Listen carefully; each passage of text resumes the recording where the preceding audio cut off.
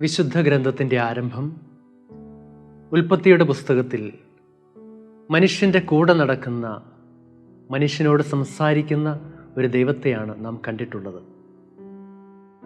എന്നാൽ ഏദൻ തോട്ടത്തിൽ മാത്രം ഒതുങ്ങിയതായിരുന്നില്ല ദൈവത്തിൻ്റെ കൂട്ട്.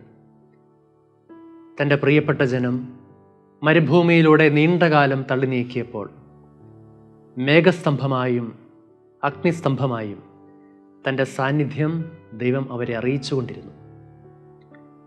ഇങ്ങനെ വിശുദ്ധ ഗ്രന്ഥത്തിൻ്റെ പേജുകൾ നാം മുൻപോട്ട് മറിക്കുമ്പോൾ ഏശയ്യ 7:14 യാഥാർത്ഥ്യമാകുന്നതാണ് ക്രിസ്മസ് ദിനത്തിൽ നാം ആഘോഷിക്കുന്നത്. കന്യക ഗർഭം ധരിച്ച് ഒരു പുത്രനെ പ്രസവിക്കും, ദൈവം നമ്മോട് കൂടെ എന്നർത്ഥമുള്ള എമ്മാനുവേൽ എന്നവൻ വിളിക്കപ്പെടും. ഈശ്വര സ്നേഹമുള്ളവരെ, ഇപ്രകാരം നമ്മുടെ ദൈവം നമ്മുടെ കൂടെയുണ്ട് എന്ന സത്യം നമ്മെ തന്നെ ഓർമ്മപ്പെടുത്താനും ഈ ലോകത്തോട് വിളിച്ചു പറയാനും ഈ ക്രിസ്മസ് ആഘോഷങ്ങൾ ഒരു കാരണമാകട്ടെ. പ്രിയപ്പെട്ടവരെ, ഈ ക്രിസ്മസ് സീസണിൽ എവിടെയാണ് കൂടെയുള്ള ദൈവത്തെ നാം കണ്ടെത്തുക? അത് മറ്റെവിടെയുമല്ല, പുൽക്കൂട്ടിൽ തന്നെയാണ്. നമ്മുടെ പുൽക്കൂടുകൾ മനോഹരമായി നാം അലങ്കരിക്കുന്നുണ്ടെങ്കിലും ഈ പുൽക്കൂട് ഇല്ലായ്മകളുടെയും കഷ്ടതകളുടെയും കൂടി ഒരു അടയാളമാണ്, അനുഭവമാണ്. അതുകൊണ്ട് തന്നെ ദൈവം മനുഷ്യൻ്റെ കൂടെ വസിക്കുന്നതും കൂടെ നടക്കുന്നതും പറുദീസായിൽ മാത്രമല്ല, നമ്മുടെ മരുഭൂമി അവസ്ഥകളിലും നമ്മുടെ ദുഃഖങ്ങളിലും നഷ്ടങ്ങളിലും അവിടുന്ന് കൂടെയുണ്ട് എന്ന ചിന്തയാണ് പുൽക്കൂട് കാണുമ്പോൾ നമ്മിൽ ഉണ്ടാകേണ്ടത്. നമുക്കറിയാം, ജീവിതത്തിൽ ഒരു മംഗളകാര്യം നടക്കുമ്പോൾ, ഒരു വിജയമോ ഉയർച്ചയോ ഉണ്ടാകുമ്പോൾ നാം പാടാറുണ്ട്, നന്ദിയോടെ ഞാൻ സ്തുതി പാടിടും എൻ്റെ യേശുനാഥ, എനിക്കായി നീ ചെയ്ത ഓരോ നന്മയ്ക്കും ഇന്ന് നന്ദി ചൊല്ലുന്നു ഞാൻ. കാരണം നമ്മൾ ആഗ്രഹിച്ചതും പ്രാർത്ഥിച്ചതും എല്ലാം നമുക്ക് കിട്ടിയത് ദൈവത്തിൻ്റെ അനുഗ്രഹമാണെന്ന് നാം വിശ്വസിക്കുന്നു.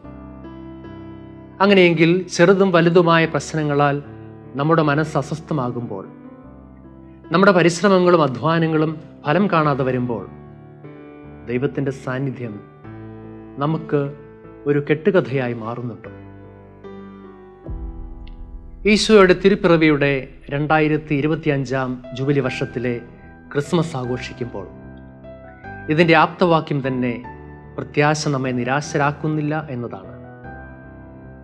ഉണ്ണിക്ക് ജന്മം കൊടുക്കാനായി പല വാതിലുകളിൽ മുട്ടിയപ്പോഴും, എവിടെയും ഒരിടം കിട്ടാതെ വന്നപ്പോഴും മറിയത്തിൻ്റെയും യൂസേപ്പിൻ്റെയും ചിന്ത ദൈവം നിങ്ങളെ കൈവിട്ടു എന്നായിരുന്നില്ല, മറിച്ച് ദൈവം കൂടെയുണ്ട് എന്ന വിശ്വാസമാണ് അവരെ നയിച്ചത്. നാം പ്രതീക്ഷിക്കാത്ത സമയങ്ങളിൽ, പ്രതീക്ഷിക്കാത്ത ഇടങ്ങളിൽ, പ്രതീക്ഷിക്കാത്ത വ്യക്തികളിലൂടെ പോലും ദൈവം ഇടപെടും എന്ന് ഉറപ്പാണ്. നമ്മുടെ മരുഭൂമി യാത്രകളിലും ഏകാന്ത നിമിഷങ്ങളിൽ പോലും നമ്മുടെ ദൈവം കൂടെയുണ്ട് എന്ന ഉറപ്പാണ് പുൽക്കൂട് നമുക്ക് നൽകുന്ന പ്രതീക്ഷ.